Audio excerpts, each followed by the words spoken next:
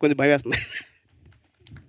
Thank you అండి. Thank you so much. So yes, Koteswararao గారు sir please. భయం అనేది కామనే.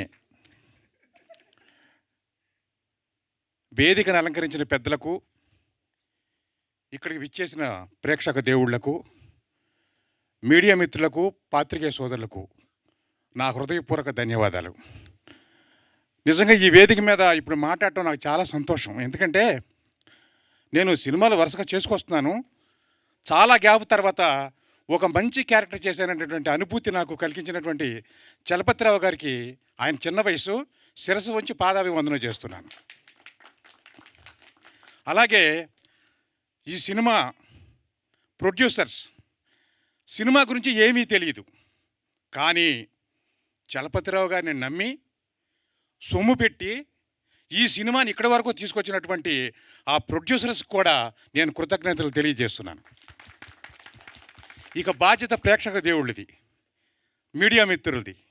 మీడియా మిత్రులు స్పందించి ప్రేక్షక దేవుళ్ళు ముందుకు ఈ సినిమాని తీసుకెళ్ళగలిగితే, వాళ్ళు స్పందించి థియేటర్కి వచ్చి సినిమా చూస్తే, ఆ డబ్బులు కనుక ప్రొడ్యూసర్కి వచ్చి నష్టాలు లేకుండా కలిగితే, నష్టాలు లేకుండా వాళ్ళకి లాభాలు కలిగితే మరొక ప్రాజెక్ట్ చేసి మళ్ళీ ఇదే ప్రసాద్ ల్యాబ్లో మనం అందరం కలిసి ముచ్చటించుకోవడానికి అవకాశం కలుగుతుందని మాత్రం నేను ప్రగాఢంగా సంతోషంగా తెలియజేస్తున్నాను.